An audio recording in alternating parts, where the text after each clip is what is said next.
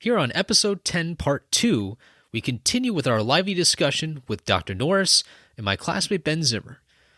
If you haven't already, make sure you take a listen to part 1 and come join us as we continue an amazing conversation about one of the most important aspects of American foreign policy moving forward here in the 21st century. Let's pick it up from where we left off at the end of part 1. Here we go. Patriotism, faith, national unity, education, fiscal responsibility, civility, the values that define America. Fascinating stories and talks from America-loving patriots dedicated to preserving freedom, opportunity, and justice. Welcome to the Friends and Fellow Citizens podcast.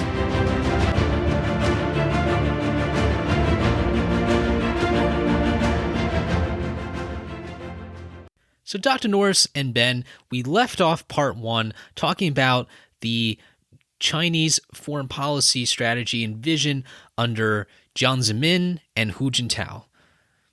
I want to bring up one quick point about the most favored nation status. That has actually been brought into question in Congress. I recently saw a bill from one of the senators that proposes a rethinking of this most favored nation status.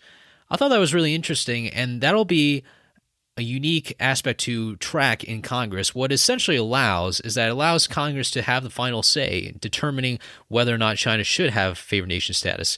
This has often been reinstated by the president, at least before this introduction of the bill.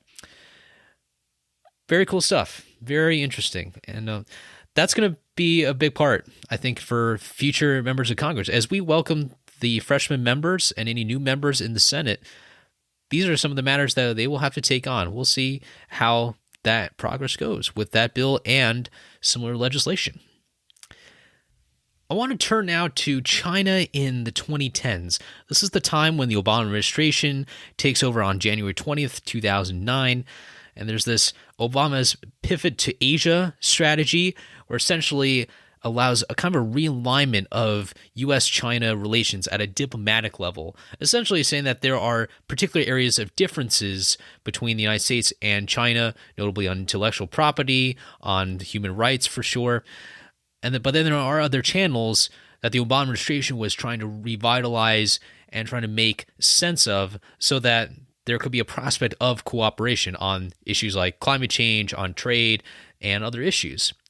So Dr. Norris, walk us through an overview of where China is going as it proceeds into the 2010s after the financial crisis. Again, there's so many moving parts here. We certainly don't need to cover every single aspect. There's a lot of different factors that come into play, but just give us an overview of where China is going during this time. I think you can sort of summarize it as there's an increasing appetite to have the region and the rest of the world give deference to Chinese interests, particularly in their region, but also more broadly on the world stage. And the sense in China is that this is just right. I mean, that's the right thing to do. China's power is now at the stage where it deserves that deference, and that it deserves to have that deference paid to its preferences and its strategic interests. And so I think that's kind of the bumper sticker that I would suggest to interpret the Spratly Islands. China says, listen, we've been claiming these islands consistently for quite some time. We haven't expanded our claims. This is what you'll hear from the Ministry of Foreign Affairs. The only thing that's different now is we can enforce those claims in a way that previously we didn't have the capabilities to enforce. And so when we go about and enforce those claims, the rest of the region and the world shouldn't be so surprised because we're being very consistent with what we've claimed all along. That's the line of logic or reasoning that you'll hear coming out of the Ministry of Foreign Affairs.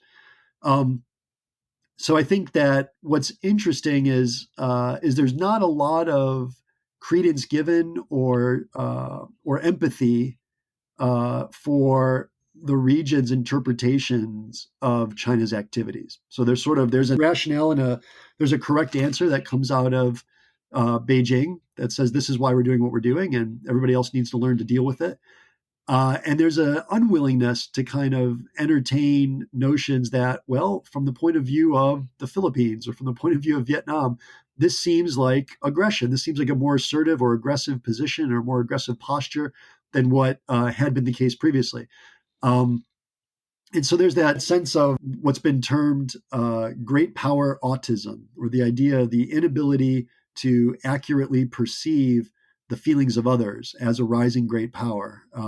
That this is allegedly a feature of rising powers, that they tend to exhibit this lack of empathy or inability to take seriously the system's interpretation of their changed position within that system, of their rising status. So I think I think a lot of these developments that you lay out, the Belt and Road, I think another effort on the part of Xi Jinping to reach out to friends and neighbors and to solidify China's links, to build infrastructure and other kinds of mechanisms to solidify China's relations with its partner nations around the world. And I think that it's a complicated phenomenon. I think there's a lot going on there, and I'm happy to kind of get into the details as time permits. But I think in general, a lot of these initiatives, a lot of these activities that we're seeing from China in the late 20 teens and then into the 2020s can be summarized under the grand strategy of China's discovery or feeling out or experimenting with what it thinks of as its great power grand strategy. That China has, for the most part, arrived on the world stage, and now the world needs to learn how to properly interact with that new fact. That's simply a new fact, and there's going to be a little bit of an adjustment period while everybody gets accustomed to that new distribution of power in both the regional system and then globally. And I think that's kind of where we are right now with China's grand strategy, that they're in that semi-experimental phase of seeing what does work, what doesn't work, what seems to be effective, what seems to be less effective.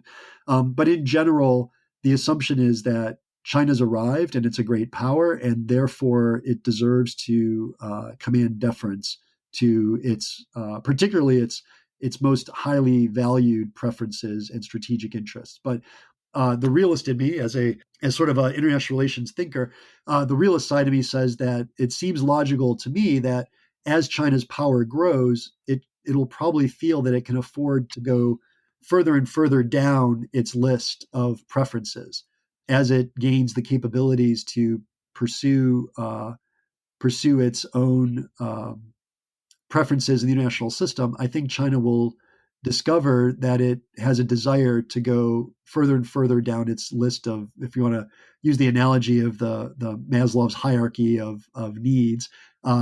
As a nation state, China can then afford to kind of go deeper and deeper down that list of preferences and interests as its power grows. I don't think that's unique to China. I think that's simply a function of a realist's view of the way international affairs happens. But that's my sort of take on where we are today. Indeed. And when you look at the Maslow's hierarchy of needs, when you go past the basic needs of security and safety and physiological needs like food, warmth, etc., obviously applying more to a person, but here in this case, applying to a country, then you get really into the psychological and the self-fulfillment needs. And that seems like where China is going with projects like the Belt and Road Initiative. And I want to go a bit deeper into this. Dr. Norris, you mentioned that 2 steps forward, 1 step back. It kind of feels like Belt and Road isn't really going that direction. Maybe I'm wrong here. Please correct me if I'm wrong. But it does seem like such an ambitious vision forward that it seems like if they can keep going, it seems like they can never be coming back, and they can never really be able to dial back. Obviously, the country is going to have constraints, but at least from a certain country's perspective, it doesn't seem like it's slowing down at all. So, Dr. Norris, can you specify a bit more on the Belt and Road Initiative? Do you see any signs that the Belt and Road Initiative is going to have to put a brake on certain initiatives just so the country can move forward with some of the domestic and international issues it's dealing with at the moment? Yeah, I think so. I think Belton Road is there's a lot going on there. There's a lot to unpack on Belton Road. I would suggest Min Ye, who's a professor at Boston University, recently released a really good book on Belton Road, and her argument there is that this is largely a uh, a rebranding effort of a series of pre-existing domestically oriented initiatives of development, and that Belton Road is simply the most recent rebranding or reiteration of that. And she kind of gets into what that domestic political logic looks like. So I'd encourage you, if you're interested in that, take a look at that book that she has.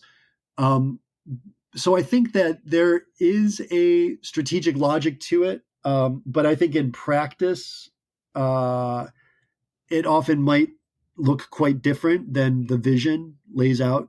It might look like. So I'll start by saying the ambition is breathtaking, as you mentioned, Sherman. The scale and the scope and what's fore, foretold and what's envisioned takes your breath away. The the ambition behind it, I think, is quite striking. But if you look at the actual practice of Belton Road in practice, I think at least today in 2020, it still has a long way to go before it's going to realize that scale or that level of ambition. And so I think there's a couple of things behind that. Uh, Part of the Belton Road is an opportunity to redeploy potentially excess capacity in construction and engineering domestically in China abroad, using some of these uh, potentially now quite world class firms and be able to get them to do what they do, which is build things, build bridges, build ports, build roads, build railroads, to get them to begin to do that beyond China, because the marginal benefit of that continued really large infrastructure investment in China seemed to be reaching its peak, or maybe already beginning to decrease. So there had to be another outlet found for some of those capacities. Um, a second point is the notion of employment. So that kind of goes hand in hand with that industrial capacity or infrastructure build out capacity. There's also on the demand side this idea that there's an ADB, the Asian Development Bank, has a report out just before the creation of the Asia Infrastructure Investment Bank that called for a very large need of infrastructure, that there's going to be this very large unmet need to invest in particularly Asian infrastructure over the coming decade. And so China sees this Belt and Road Initiative as providing the supply to meet that demand, essentially. And then the Belt and Road Initiative expands more broadly around the world as more partner nations are interested in welcoming Chinese investment. So typically, investment brings jobs. Not always the case with Chinese investment, where they tend to bring a lot of their own labor, or at least historically, they'll bring a lot of Chinese labor to come in and work on a particular project with Chinese companies. So it doesn't always play out that way. But I think when you get new infrastructure built, ideally, it should be productivity enhancing. It should be a net economic benefit for the receiver nations.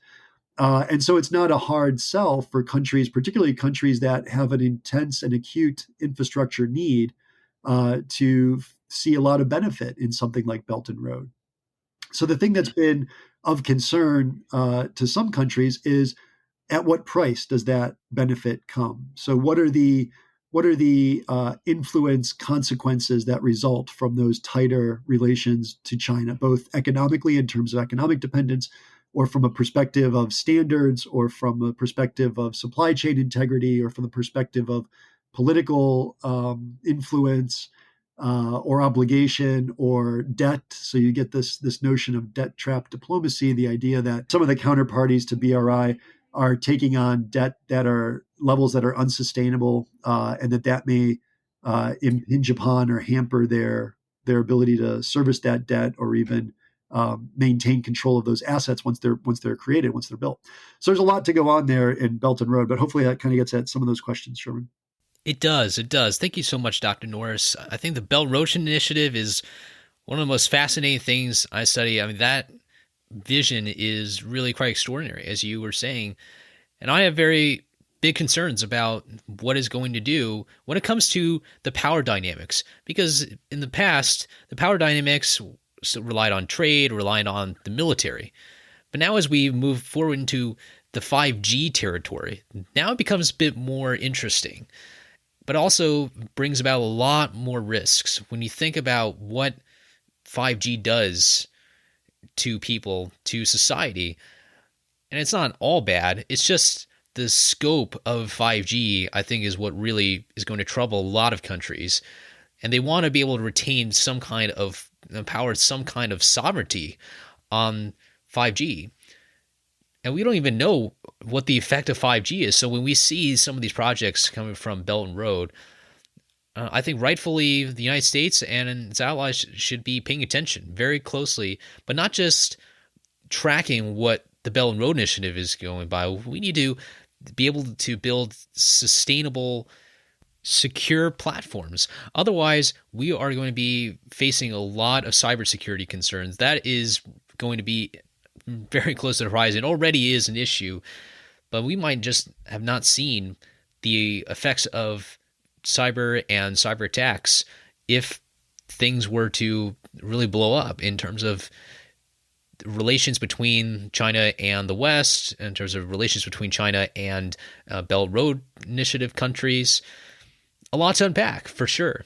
Ben, I'm going to throw a question to you that brings this conversation a bit more to the present now, which is during the time of this COVID-19 pandemic and even the aftermath of the pandemic. Amidst COVID-19, how do you think Chinese grand strategy is going to have to change, if at all, given the international pressures that have been placed on China to be held accountable for a virus that should never have been released in the first place? I think China has greatly failed on this area.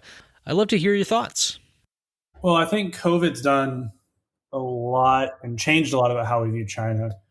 So I think before COVID, we were more, don't want to say open, but we were more willing to take China's word on some things. And we knew that they like their economic numbers, they were maybe not the greatest, but there were things that we would take them at face value for. I think COVID's really shifted that to where we now, a lot of people in the Western world, especially, will distrust a lot of the information coming out of China. With the crackdowns being and the lockdowns being as intense as they were in China, it's really put, I think, a bad taste in our mouth for how China's dealt with the virus, how they basically hid it from the world. And I think we haven't really put ourselves against something like this emanating from China. And I think this has really been a litmus test of how China is going to work. And I think one thing China's done very well is it's leveraged, as Dr. Norris was saying, kind of creating some of that dependence and some of that investment abroad and political clout. It's leveraged that at the WHO and abroad as it's developed and sent masks across the world. There's people that are looking at China as a model. I don't recommend it as a model because it was a very harsh crackdown. And I don't think it would work outside of an authoritarian state.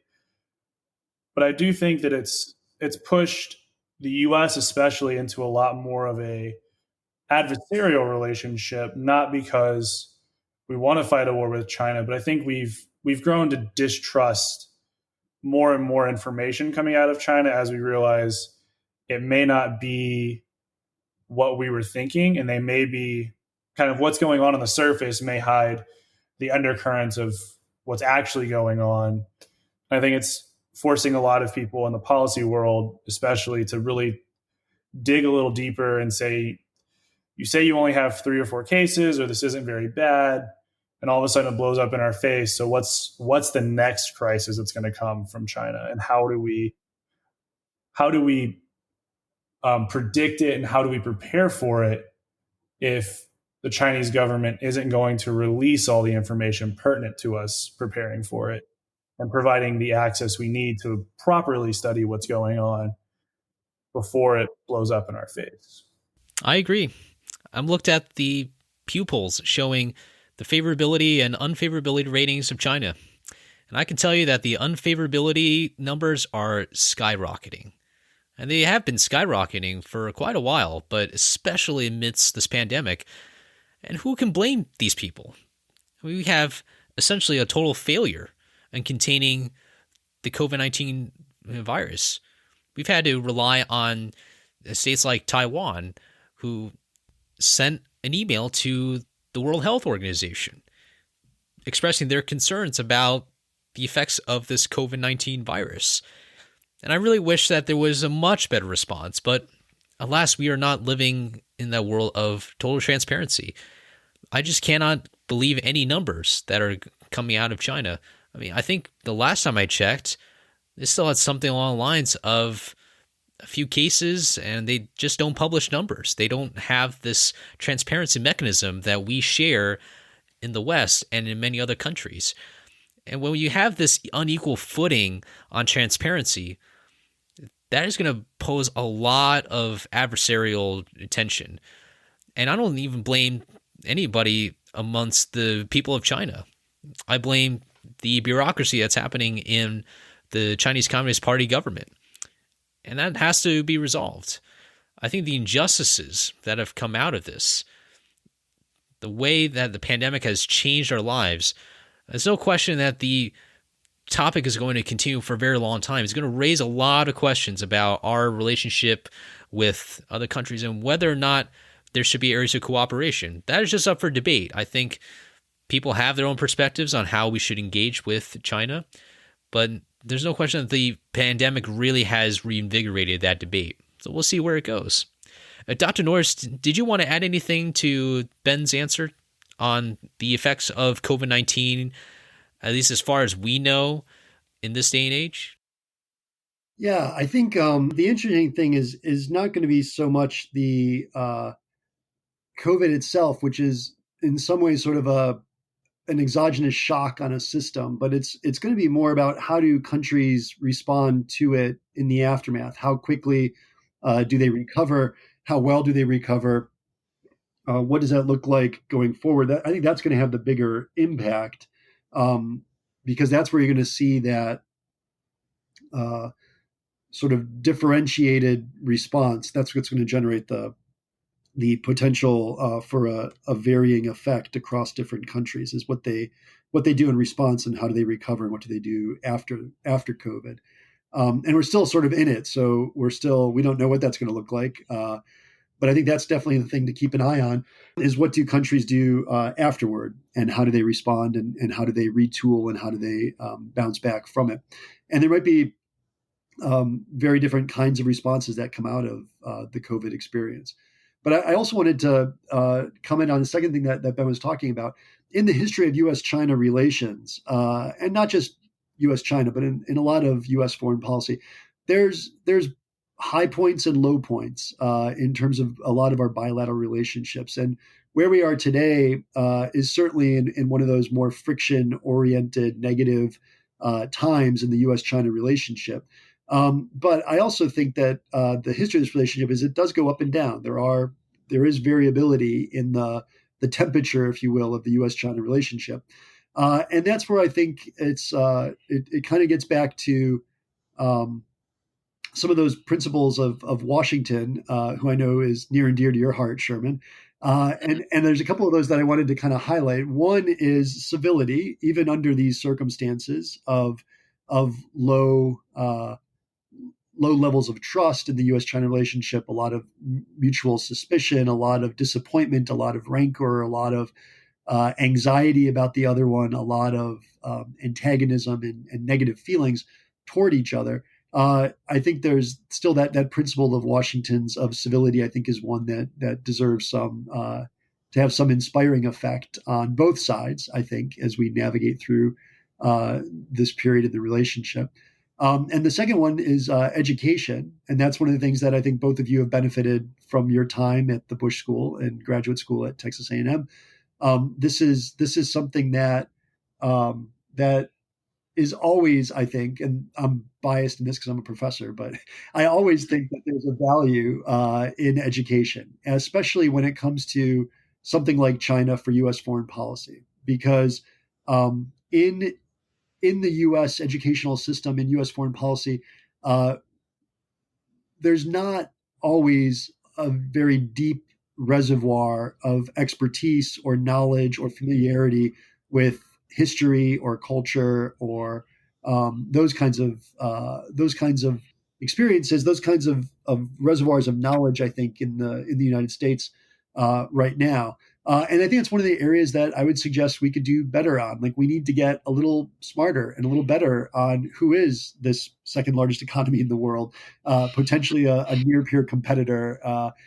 I think it is deserving of learning a little bit about, and that's one of the things that I think is a benefit of this kind of a podcast, Sherman, is to allow listeners to indulge a little bit in their own education. I always encourage students, you don't have to stop learning after you graduate. Like, it's always a good thing to keep learning and to ask interesting, important questions. And part of what a good education should give you are the tools that you need to continue to inquire in your life and to be able to engage in research and to continue to ask interesting questions and to continue to explore those interesting topics. And one of the great things about our system, and this is one of the genius insights that Washington and other of the founding fathers had, was an educated democracy is a good thing. That this is not, we don't have to fear for an educated population. And that's not true for a lot of regimes around the world.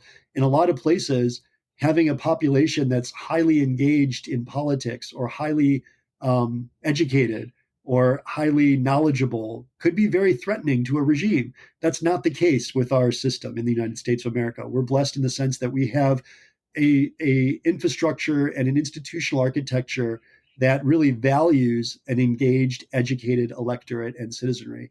And so I think that that notion of education, particularly when it comes to China, is one that really should continue to motivate us for at least the next decade or two, because I just think we have so much to learn about each other, both on both sides of the U.S.-China relationship, but particularly on our side, I think, on the U.S. side. There's so much for us still to learn. So I would kind of put those two out there to go side by side with Washington's ideas of patriotism, because I do think there's something special about this place and this country. And this country is not like every other country. There's something unique that we have here in the United States that makes me very proud to be a U.S. citizen. I'm very grateful for that opportunity. And I think that it's a very unique system. It's a very unique nation. And in a lot of respects, the founding fathers were able to tap into something and unlock something that I think is a human desire. There's an ability for humans to kind of reach their fullest potential in a system like the United States is, that allows individuals to kind of pursue their passions and to pursue their beliefs and to exercise their rights and their freedoms to realize their fullest potential. Even if that fullest potential is doing something that someone else may find disagreeable or they might disagree with, we've got that civility to kind of temper our national polity. And I think that that's one of the things that makes this nation truly resilient and quite remarkable, in my opinion. Wow. I mean, I don't think I can put it any better than what you've done, Dr. Norris. I think you're absolutely right. I think what we are given in this life as an American citizen, for myself, for Ben, for yourself, and for countless others, I think it really is a true blessing. I think about how every week we come on every Monday, at least at 6 a.m. Eastern, so that listeners from all over the world can learn about what people like yourself are doing to advance this education, advancing the knowledge across multiple platforms. And that's what keeps me going. It's because of the listeners, because of the guests who come on the show, and because of the country, because of what we are tasked to do, not as an occupation, but as a calling. As President George H.W. Bush often said, public service is a noble calling. We echo that all the time at the Bush School. And I'll never forget those experiences with people like Ben and learning from professors like yourself, Dr. Norris, who really give future public servants the right tools, I think, and the right mindset, the right kinds of thinking, I think, is what is going to propel this nation to successes that we might not have ever imagined. So now I'll pose the question to Ben. As we contemplate on these principles of George Washington and the founders, which principles do you believe are most applicable to our discussion and the topic matter in general? Man, you're going to make me follow that answer by Dr. Norris? All right. No pressure here, Ben. No pressure. I think I'm gonna go with patriotism as well. I think Dr. Norris is dead on the button with it. There is something special about the U.S., and I think we need to treat it like it is. Like, it is something special. We can pursue our passions. We can better our country through what we do without having the fear of anyone stopping us or anyone telling us you can't do this, you can't do that. But I think another big one is also national unity. And I don't think we need to use it in the term of like we have to be completely unified behind events. But I think we've gotten so polarized in our system today, especially even when it comes to talking about China and foreign policy, where people may not pay as much attention, that we get into echo chambers and we've stopped debating how to handle a problem and more of starting to debate what are the actual facts. I think it's important to have those debates and to have, Dr. Norris comes at it with a very different perspective than I do. But at the end of the day, we need to agree that these base facts are the facts.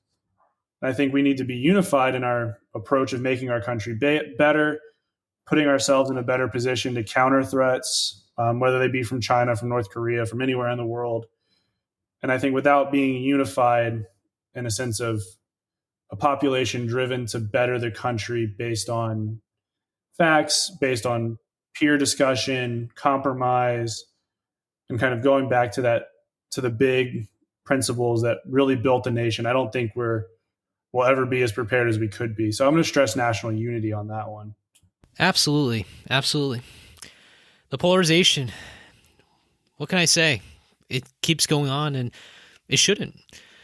I think what we can do is to have these kinds of conversations. I really believe that these are important pillars for any kind of advancement of national discussion. As Ben pointed out, it doesn't mean that we all have to agree on every single issue, but when is enough enough? That, I think, is the question. Whether it's debate on social media influence or the way that the congressional calendar is formed, there are multiple avenues, I think, to tap into what the root causes are of this polarization. But I will say one thing I want to add to this is one thing to combat this polarization, I think, is to learn from people like both of you, because I think you both have demonstrated substantial amounts of research. I know that Ben has been telling me about his research interests along with his work with Dr. Norris. And Dr. Norris, it's professors like yourself who inspire me to continue, inspire us as a generation, a new generation of public servants. The United States truly is the beacon of light in the world that lights the world up with freedom, opportunity, and justice. We got to keep at it. And I think the founders have done an incredible job of setting that foundation. They were not perfect, but they created a system where important progress and revolutionary change can happen for the good of the country and of the world, as Dr. Norris pointed out about the system and the system in which we live in. Dr. Norris, I want to now pose the question to you, which is, what do you think are the roles of the Founding Fathers in our quest to further understand U.S.-China relations, but also just in general about learning about public service, learning about public policy and foreign policy? And if it's applicable, do you personally have a favorite Founding Father? Sure. So before I answer that question, I'll keep everyone on suspense for just a second. I also want to applaud the students at the Bush School. So both Sherman and Ben, you guys are examples of these, but you're having you guys in the classroom, you individual who want to graduate from the Bush School and then go serve in government and to make the world a better place. I mean, that is a very special kind of student that I have the privilege of having in the seats when I'm on the stage and teaching. And I really, really value that experience. I think that it's a unique privilege to be working with students who are already so interested and focused on dedicating their careers and their professional lives to making the world a better place. And that's a real privilege, I think, to have those kinds of students in the classroom. So I think it goes both ways. I think that it's a real unique institution that our nation has, and I'm very glad that we have it, and I'm honored to be a part of that educational experience. In terms of my favorite founding fathers, so I thought about this a little bit. I think, to be honest with you, my favorite is it's the American people themselves. It's us and the what we read into the founding fathers, because these individuals, and this is something that's important to keep in mind, they're still just human, which means they have strengths, they've got weaknesses, they've got fatal flaws. There's nothing particular about the founding fathers that makes them walk on water. They were very gifted individuals. They were a unique collection of people that came together at a very unique moment with a brilliant vision.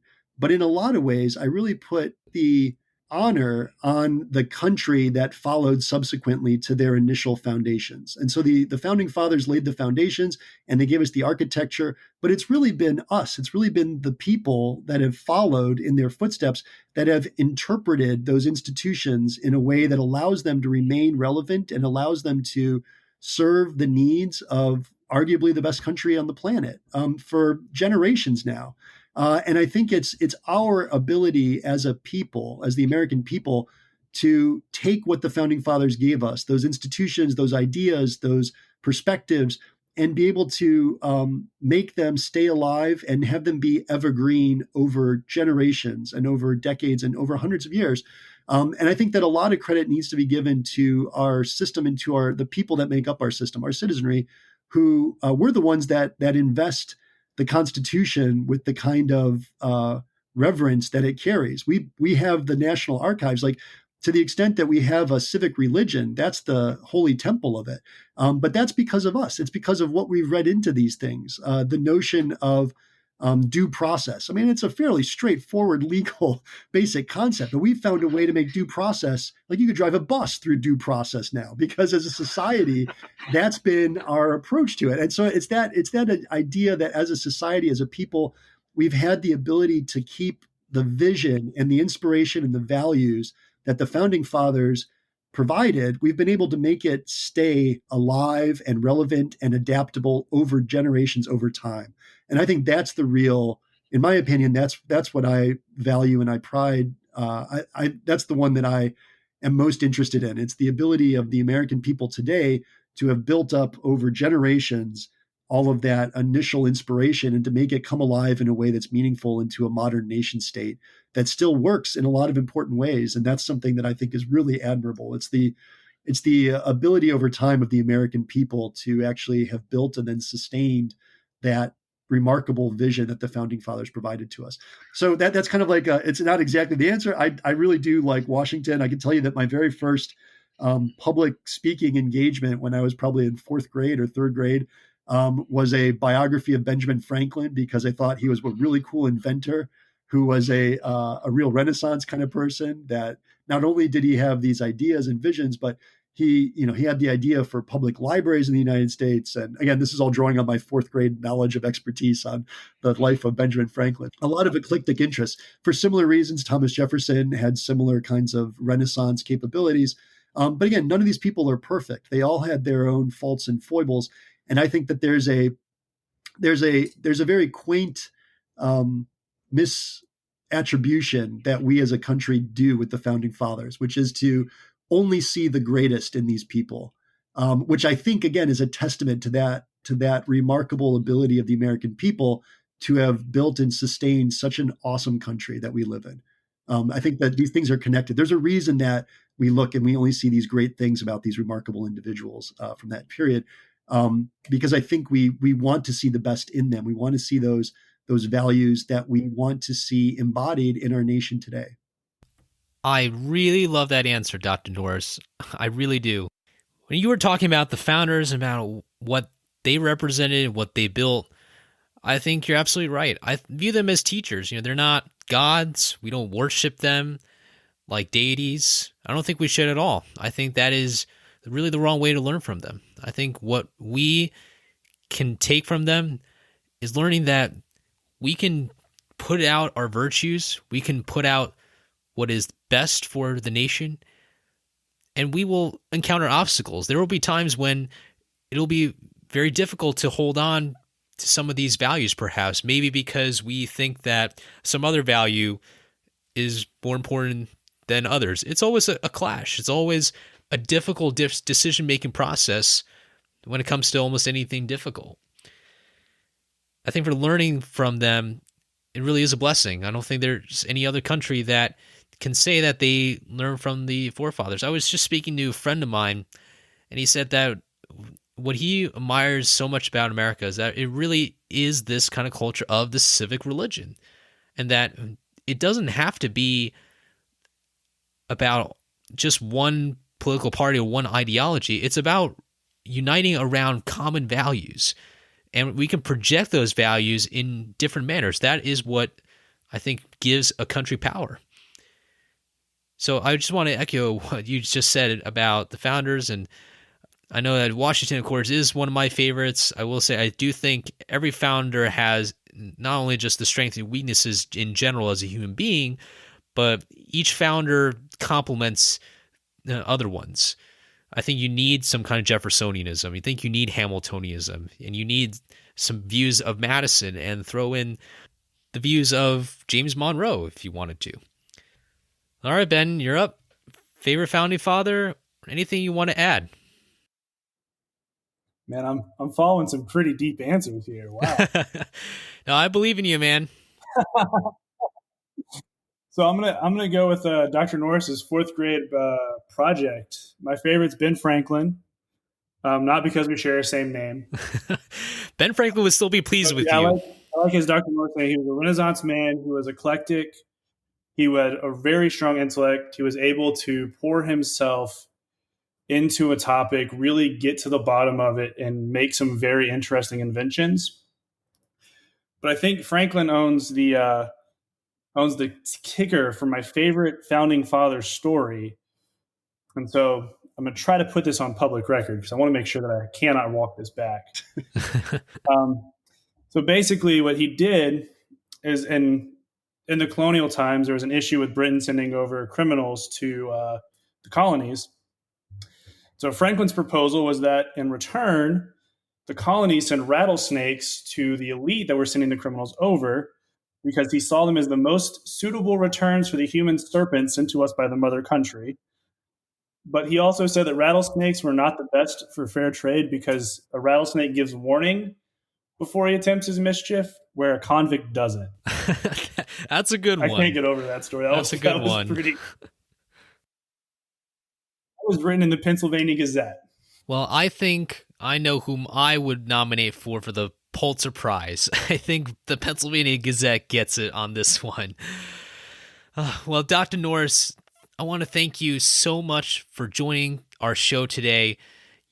Your talks are really inspirational and so substantive. I learned so much from it, and I'm sure the audience today has done as well.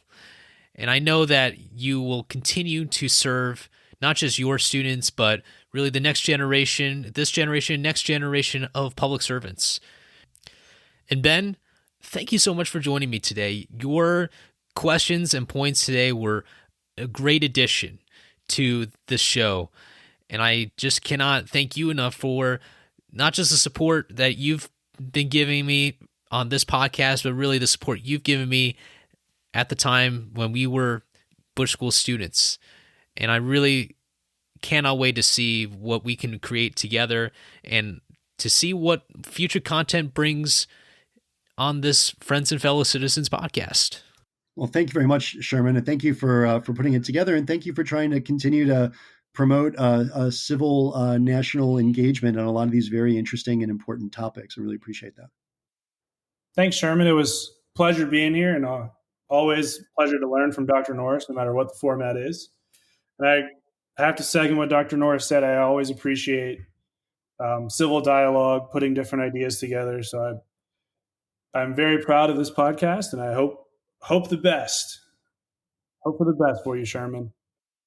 Thank you so much, Ben. You've been a really great supporter. I can't wait to see what more comes in the future. Dr. William Norris and Ben Zimmer, thank you both. And this will wrap up our episode for this week. I hope you enjoyed it as much as I did.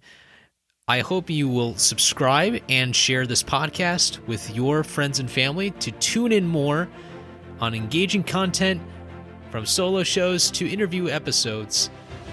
Don't miss every episode, Mondays at 6 a.m. Eastern, available for all across the world. Have a great day and a great week, and I'll see you next time. Take care and so long.